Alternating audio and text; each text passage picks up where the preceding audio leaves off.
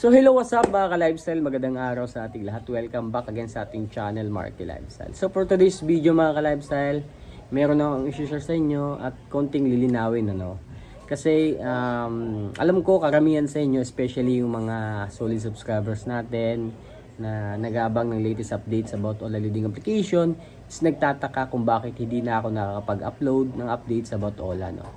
Kasi mga ka-lifestyle, ganito po yan kasi meron mga nakakatuwang pangyayari na very shocking talaga, and alam ko naman nagiging viral na trending sa buong Pilipinas yung grupong tribal na federal dito sa lugar namin na talaga namang nawindang yung lugar namin dahil sa mga pinagagawa nila.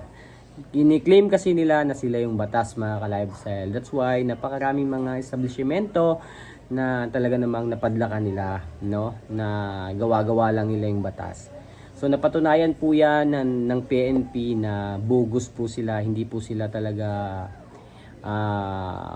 registered as indigenous people ng government.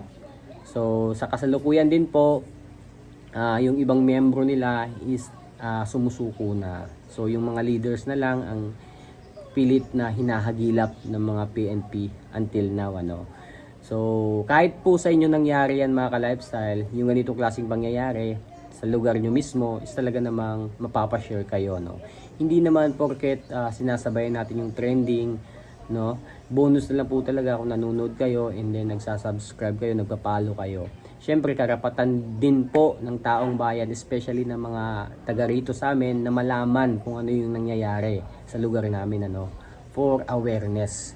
So concern lang po yung iba, that's why nire-repost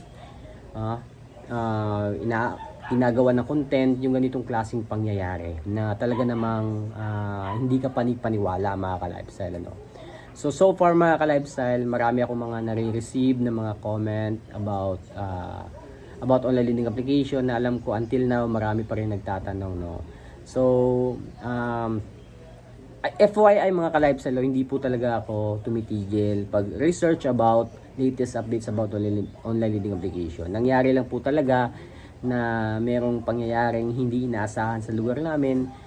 Kahit ako mismo natatakot sa security namin kasi baka yung bahay namin mapadlakan whatsoever. So hindi naman ibig sabihin yung mga establishmento lang na malalaki yung pinapadlakan nila, marami din pong mga bahay-bahay ang natatakot sa kanilang security. So sa mga nag-aabang ng latest updates about tribal dito sa lugar namin mga ka-lifestyle sa kasalukuyan po, meron na mga nakadeploy na PNP personnel, SWAT sa lugar kung saan nandoon yung Dato Adlaw and then si Bae Lourdes Infante and then yung mga members. Then yung iba din na patunayan na hindi po talaga taga rito Correct me if I'm wrong mga ka-lifestyle Yung karamihan po sa kanila is taga Sur So correct me if I'm wrong.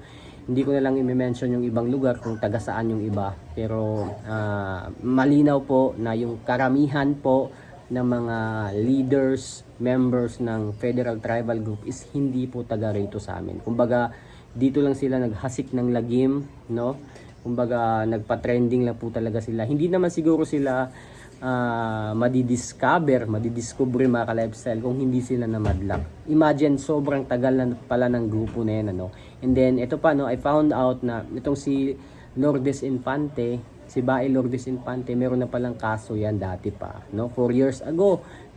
Kahit panoorin nyo sa YouTube video, naka-upload doon kung ano yung kaso ng babaeng to. So yun na nga. So as of now mga ka-lifestyle, itong dalawang leader na lang po talaga ang hindi po nagsosurrender and ewan ko sa PNP kung bakit until now hindi pa rin nilulusob, sinasalakay yung compound na tinitirhan ng mga taong to. Pero I guarantee mga ka-lifestyle, malapit na pong mahuli itong mga taong to na nagpapanggap na dato, leader or indigenous people na member ng tribal So, ayun, that's why pasensya na po sa lahat po ng mga nagtatanong about online lending application na hindi na po natin nasasagot baka lifestyle. As of now kasi hindi naman sa sinasabayan natin. Concern lang din po tayo Siyempre kailangan din malaman ng taong bayan kung ano yung real score or nangyayari sa palibot natin, ano, para of course for awareness na din, itong mga tao to bogus to, no? Kasi sa ganito, ang dami kasi pinapangakuan po talaga ng lupa, salary, sweldo, itong mga magpapamember. Kaya kahit sino naman talaga, imagine 60 to 80,000 pesos per month yung sasahurin mo, no? So, syempre, ang dami talagang ano. And then na-confirm na rin din po yung mga, na-confirm na rin din po yung mga members talaga is pinangakuan din, no? That's why napasali sila. And then yun, gaya nga nasabi ko, halos lahat or lahat talaga ng members is hindi taga rito sa Surigao, no? Dito lang naghasik ng lagim. Pero anyways, mga ka-lifestyle, lesson learned na rin yan, na para sa akin, na wag basta-basta magtitiwala sa ganung klaseng mga grupo, ano, kasi hindi pala talaga sila lehitimong members or indigenous people, ano. But in the end of the day, mga ka-lifestyle, ano, I know for sure this will end. Kasi tinuldukan na po ng mayor namin, ano, nung mayor namin na medyo nabastos talaga ng member ng hindi ko alam kung leader ba yung nagvi-video, na kumbaga parang sinisigawan or minamandaran yung mayor namin, ano. Pero as of now talaga, meron ng mga PNP doon, and then malapit na talagang magtapos talaga itong grupong to, no? Kasi marami talagang napirwisyo na negosyante. So in fact, mga ka-lifestyle, yung mga ibang establishmento dito, halos maaga na nagko-close dahil sa mga balasubas na federal tribal na to, no? So yun yung mga nagiging latest updates about dito sa amin, ano. So pasensya na, no, kung minsan na lang tayo makapag-upload ng about Olan, ano. And then pasensya na rin sa mga hindi natin nare-replyan na nagtatanong sa mga comment section ng mga videos natin, ano.